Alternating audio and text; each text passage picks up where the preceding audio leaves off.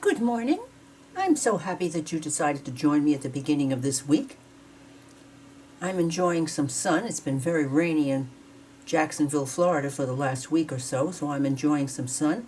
And I thought that I would sit down and do some playing on those pieces of ephemera that I made. And as you can see, I have prepared some materials that I think I might use, which of course could swing either way. Without taking your time while I piddle around in my drawers and look for things.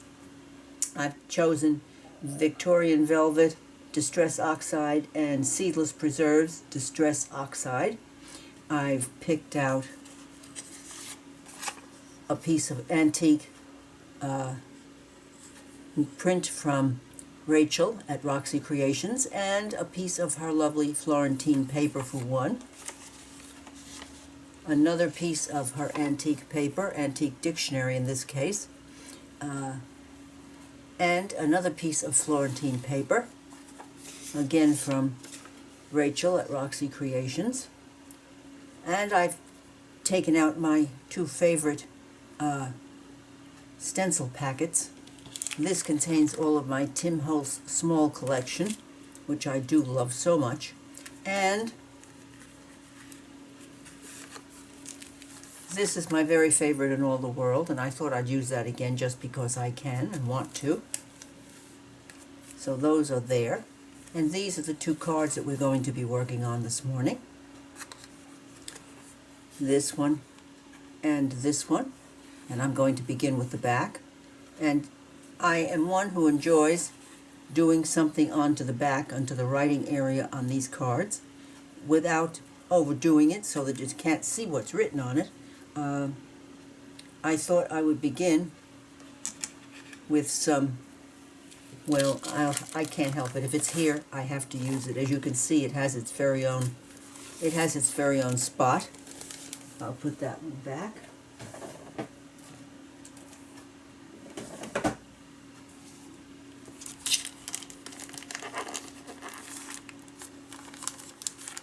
There it is.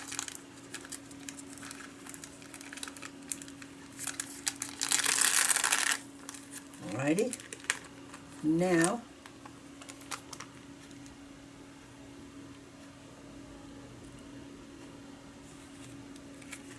let's use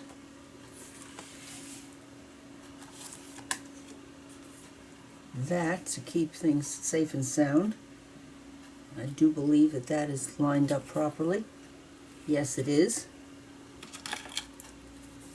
And I'm going to use the Victorian Velvet because it's a pink shade, and I thought it would go with the pink up here.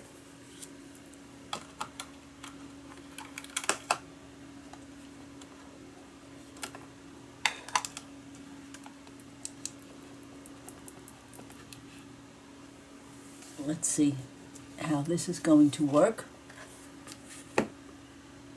Very nice.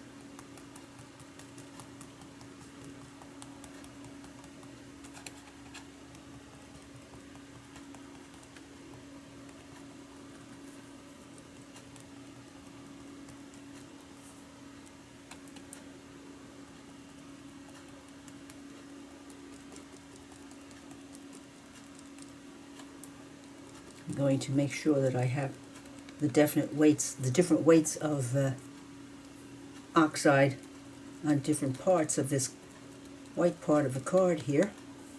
And let's see what we have. Oh yes, just a little addition. Just a little addition. Now that I have started using my fave, I'm probably going to use that again on the next card also, just because I can't help myself. I just simply cannot. I don't know what would happen if I lost or something happened to that stencil. Okay, so that's the first one. Let's get out this one, and I picked the Seedless Preserves because there is some purple in those flowers on the front of this card. Let that dry.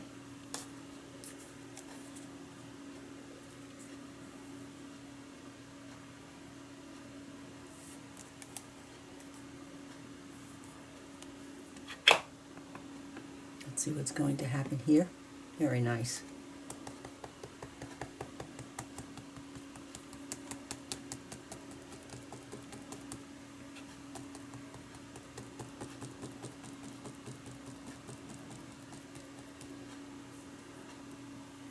Let's go down here.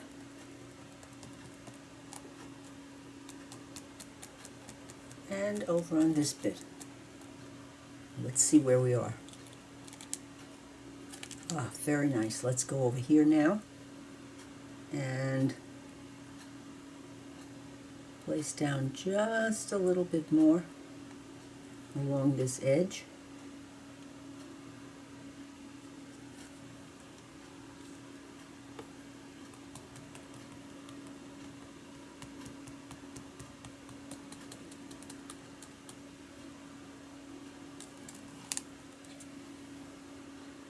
Very nice.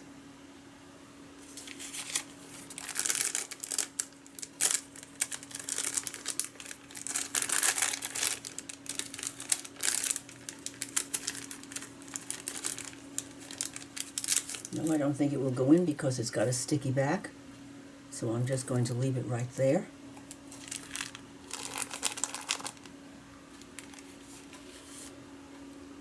So, seedless preserves.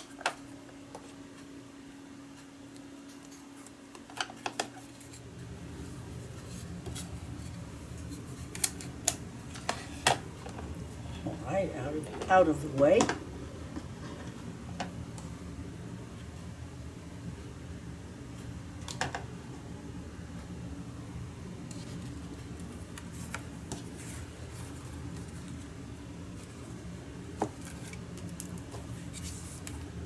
Now I thought I would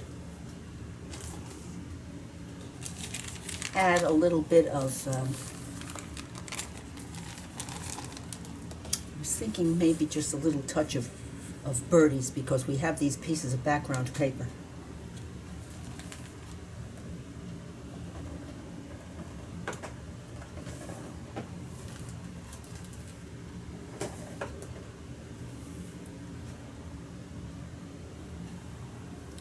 Now I brought out some birdies from my baskets, and I keep this pile of baskets right over here to my right on my table.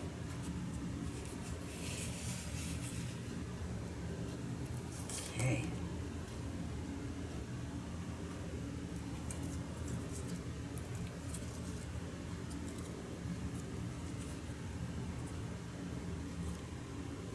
That's a pretty birdie.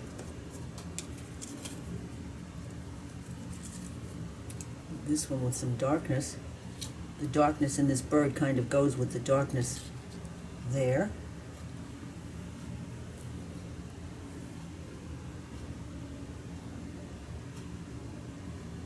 Yes, and I like the background. Let's see if we have another choice for here. No, the other ones are rather smaller. And I don't think we need a smaller one. I think we need one with a little pizzazz.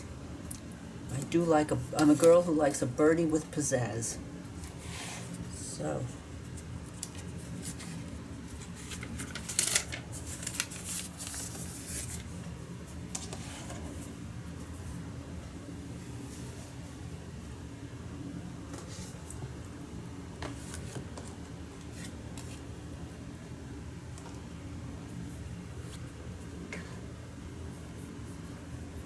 This is my Elmer's Extreme. And I'll start up here.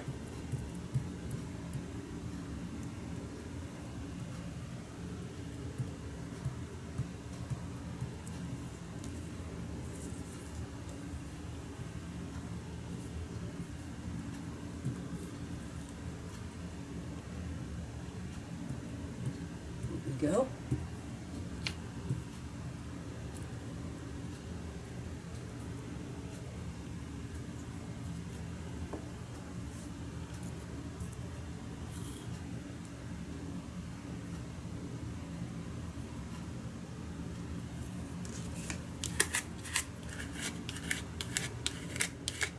going to leave plenty of room for writing. And I like the fact that this Victorian velvet is not a distinct and bright pink, because these colors are not distinct and bright because there is yellow on the front. Very nice. I like that. Now, this birdie is next.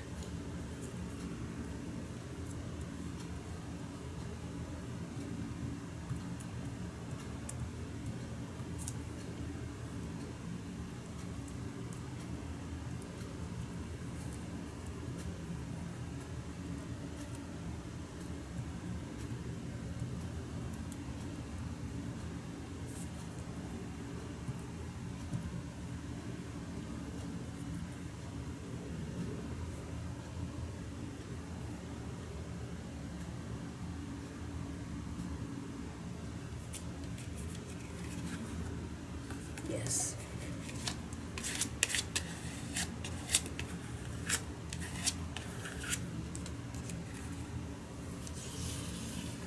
So we have worked on the back of these writing spots.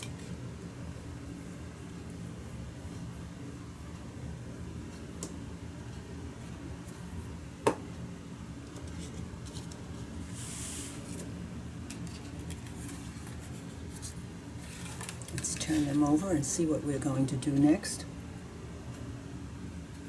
I've gotten out a basket of flowers, 2 baskets of flowers actually.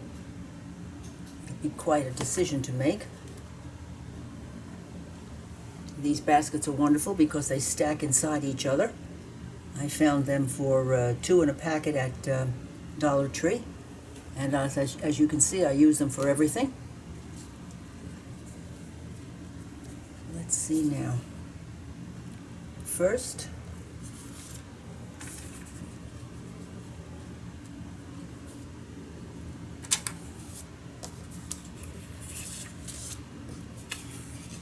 put this one aside, bring this one down, and I chose this piece of Florentine paper because it does have almost the exact same shade of mauvish purple in it, but it takes some thinking about here because I have to make absolutely sure that the paper is applied this way, because these birds are these are up and down birds on the design.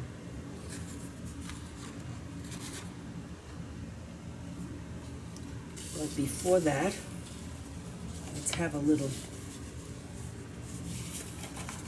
just have a little printed paper. Oh, I love the way this very antique paper tears. It feels so good in the hand. It feels just wonderful.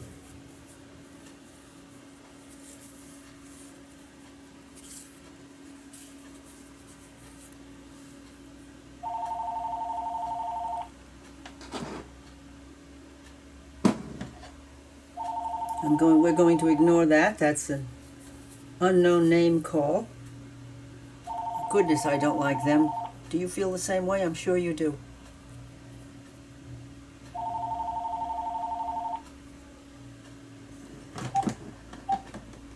There. Put that out of its misery, and ours. Let's have that there. And then this is partially torn and partially straight edge, so I can do that here.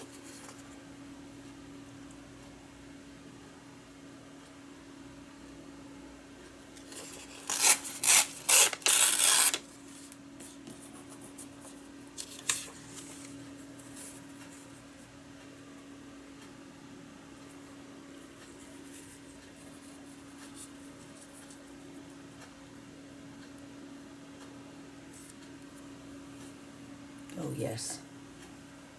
Oh, yes.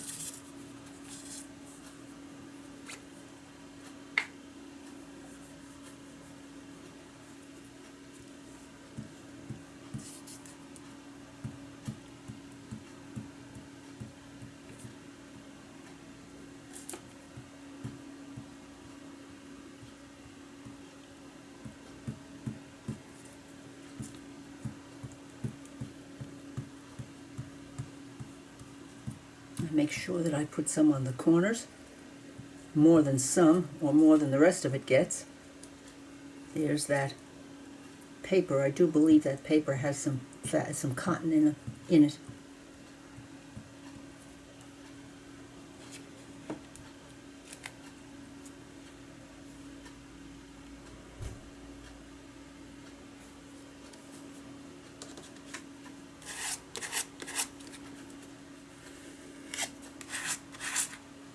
So there's that one. And now this one.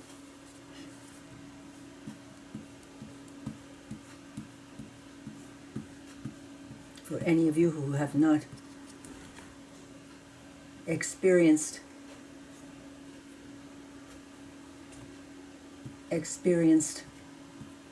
Roxy Creations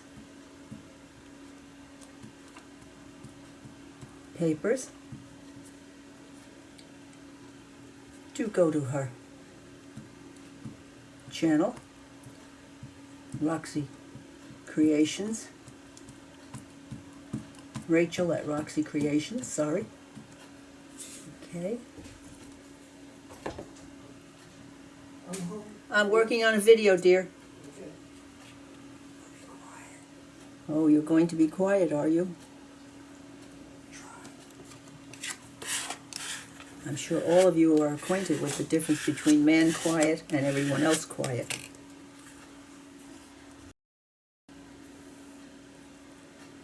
In fact, I think I'm going to pop up and close the door because he'll be bringing some things in from the garage.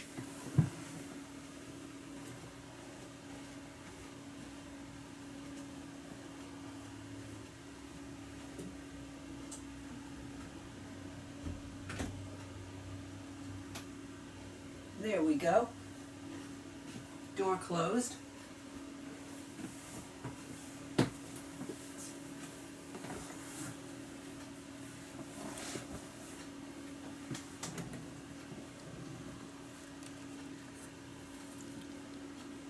Well, I'm liking that very much. Now, let's go to this one, and this and this. I chose this paper because it has some of the rose pink from this flower and a lot of the other colors in the other two roses.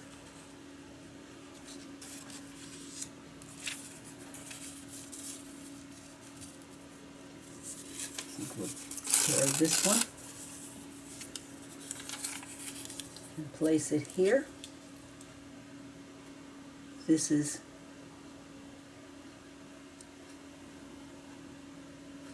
in Italian, of course, because Rachel lives in Italy. If you haven't listened to her or looked at her on YouTube, you've been missing quite a wonderful experience. Again, Rachel at Roxy Creations.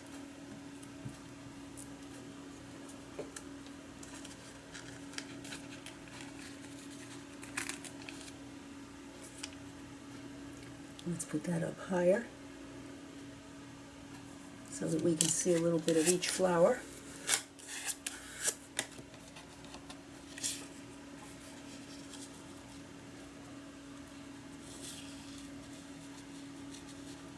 Well, I'm going to have to sacrifice a flower, and I think that one will be the one that will be covered.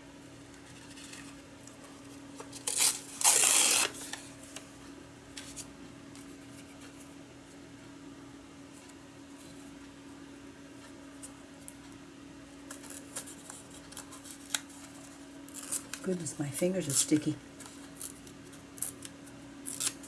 Okay. There, that's much better. We should have one more space on this paper.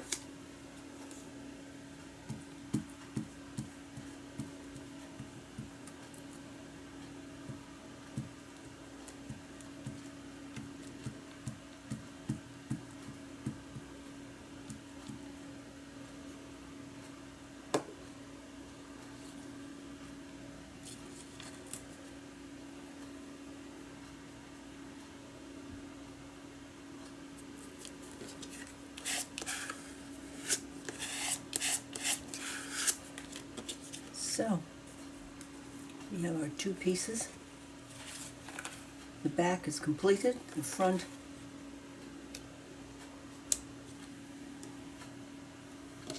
needs some flowers. Yes, it does.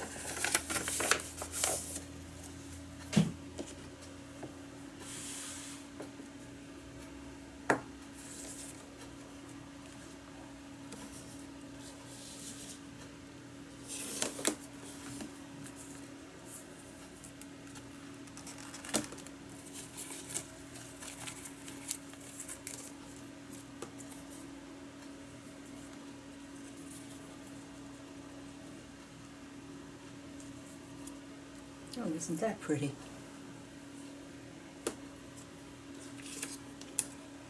Too much white. Well, look at this. It was the wrong side, Carol. Very good.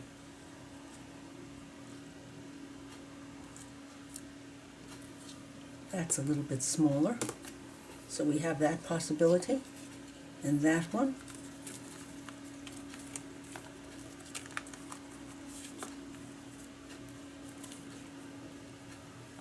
This one might be too small.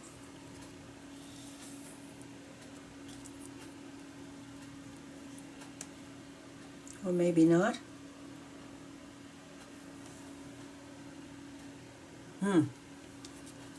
Possibility number 3.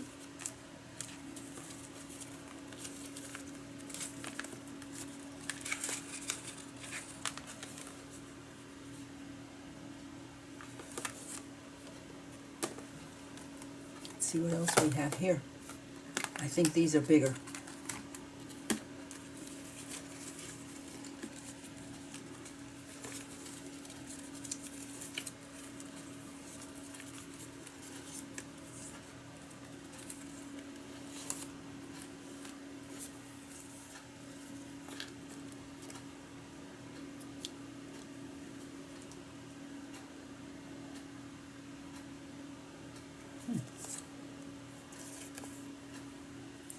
A wild rose.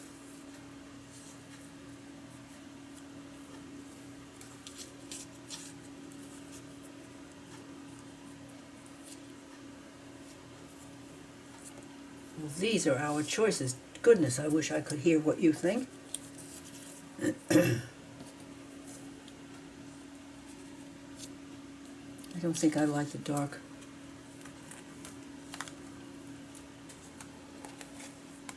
I don't think I like the dark color on the leaves. There's this one then.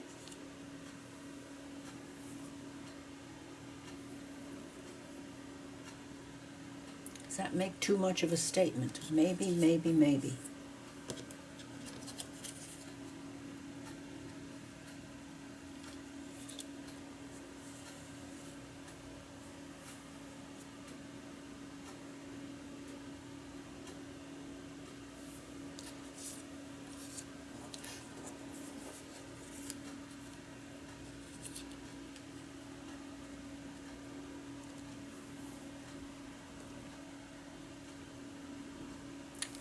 I think this might be my choice because it works with the roses because it's a wild rose. The greenery is a good color and it doesn't hide too much of that Florentine paper. Executive decision number 1.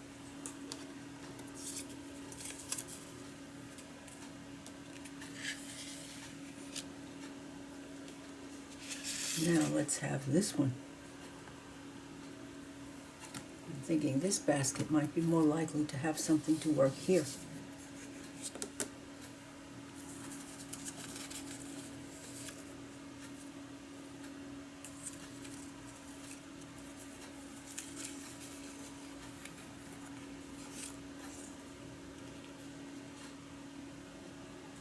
Nope.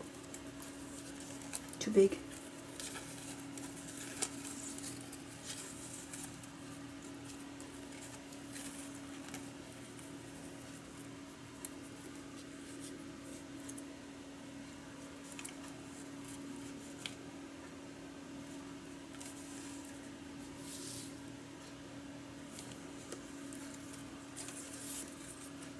That's not impossible.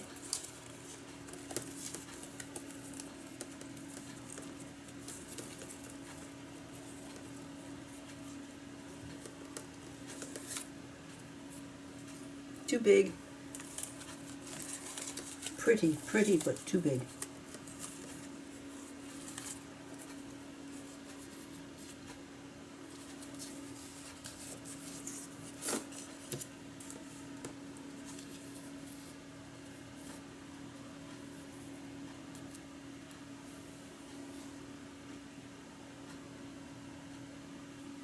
That plays nicely with the purple on here and the purple on the background.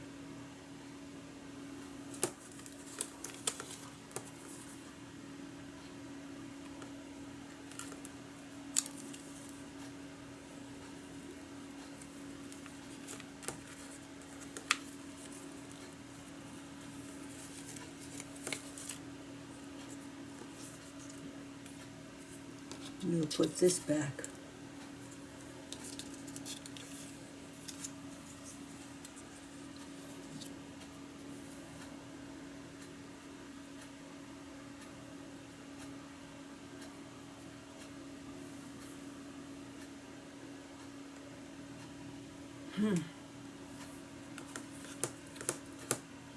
Well, I like both of them.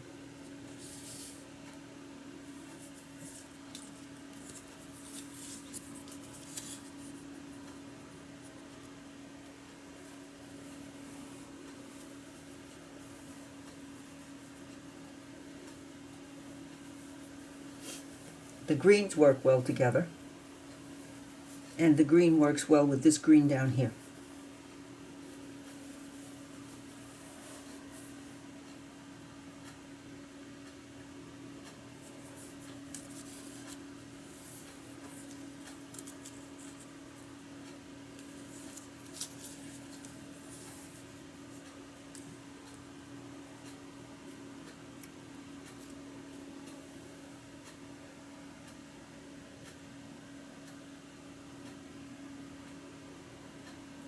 This flower works with the purple leaves on here, and the green works with the green. And if I pull this down, and this furled bud for the iris works nicely, well, I'm thinking it's liable to be this one. Strange but true. Yes, the more I look at it, the more I like it. Mission accomplished.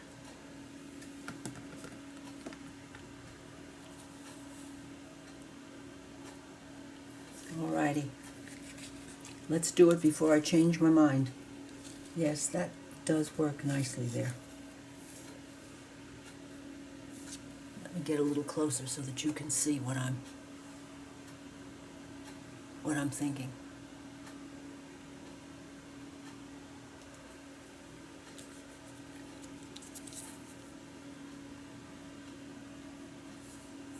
Yes.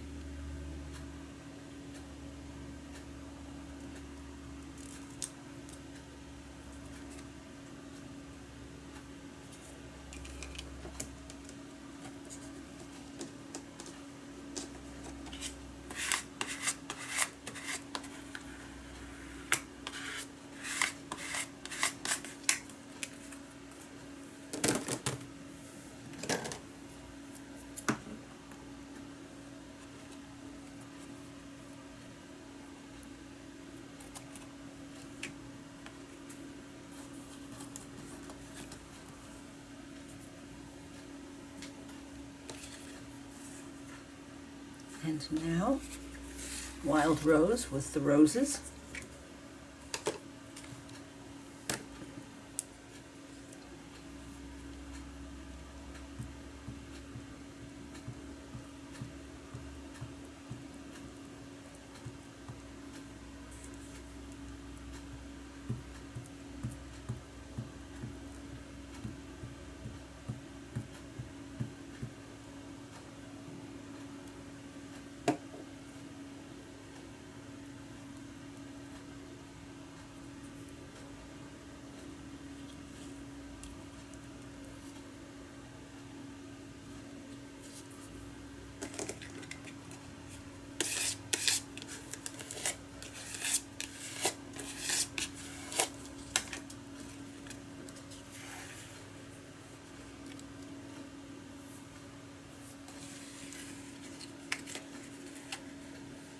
Well, I do believe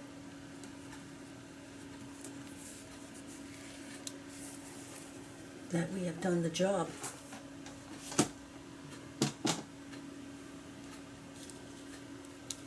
However, I'm going to trim the corners.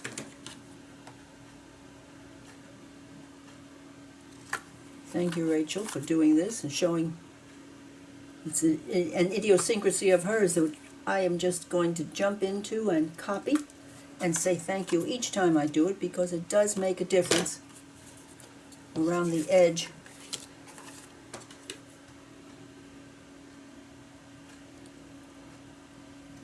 of card corners. I think I take off a little bit more than she does.